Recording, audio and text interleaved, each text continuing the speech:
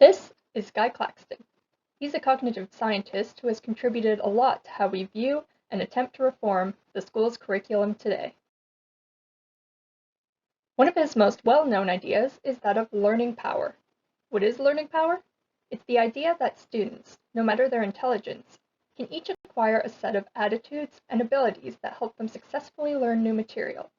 In other words, building learning power requires learning how to learn. But unlike in other theories, learning how to learn in this sense does not primarily mean implementing new study techniques, although that may be part of it. Instead, Guy Claxton argues that in order to succeed in learning, students must first build character and confidence. So instead of focusing on what to learn and how to learn it, much like a school's curriculum would, Guy Claxton places emphasis on the root attitudes and dispositions of the students that may either help or hinder their learning. So, what traits are needed in order to succeed academically? What builds learning power? Guy Claxton outlines 4 major traits students should develop. These traits lay the foundation for learning successes and are designed to create lifelong learners by fostering a love of learning that will cause students to continually seek out learning opportunities even outside the classroom. They are known as the 4 R's: resilience, resourcefulness, reflectiveness, and reciprocity. You'll notice that none of these traits exclusively apply to schoolwork.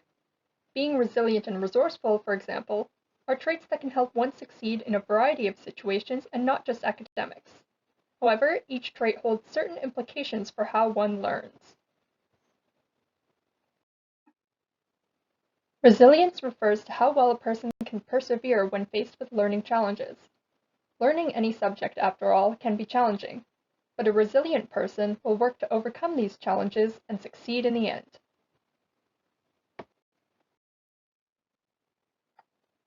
Resourcefulness refers to how well a student can adapt to different learning strategies and situations. The resourceful student will be able to find solutions to current problems based on their prior knowledge. This kind of adaptability is essential for success in a learning environment. Reflectiveness refers to how capable a student is of looking back and analyzing how well they are learning a topic before implementing new practices that help them become even better learners.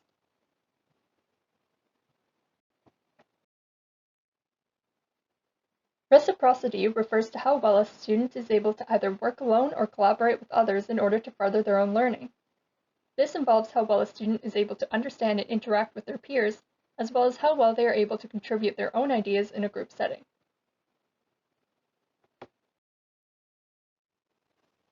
So, what does this mean? If it is necessary for students to develop these traits in order to build their own learning power, how can teachers help with this process? Luckily, there are plenty of things that teachers can do to help their students.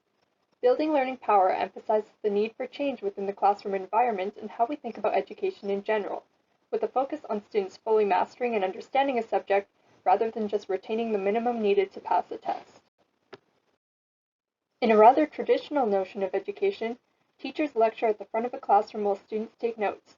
They are then expected to remember what they have learned and to repeat this information at a later date in order to achieve an acceptable grade on a test. While this method may as well be effective, the students are still learning the material after all, teachers should think about what attitudes about education students are also learning. In this setting, students may come to the conclusion that learning is simply about memorizing certain facts. The end goal of education is to pass an exam, and if they fail, they may believe that it is because they are not smart enough. A better learning environment is one in which encourages active inquiry, student participation, and the overall learning process rather than the outcome.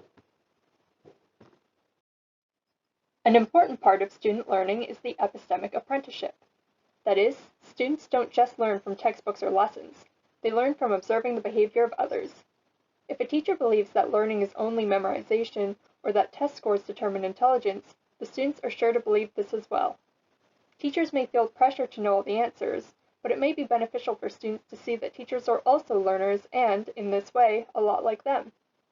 The environment that a teacher creates within their classroom through interactions with their students can have long-lasting impact not just on the academic year, but also on the way students learn.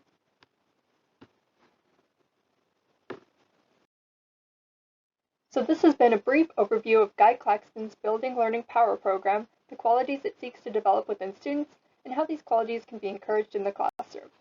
Thank you for watching.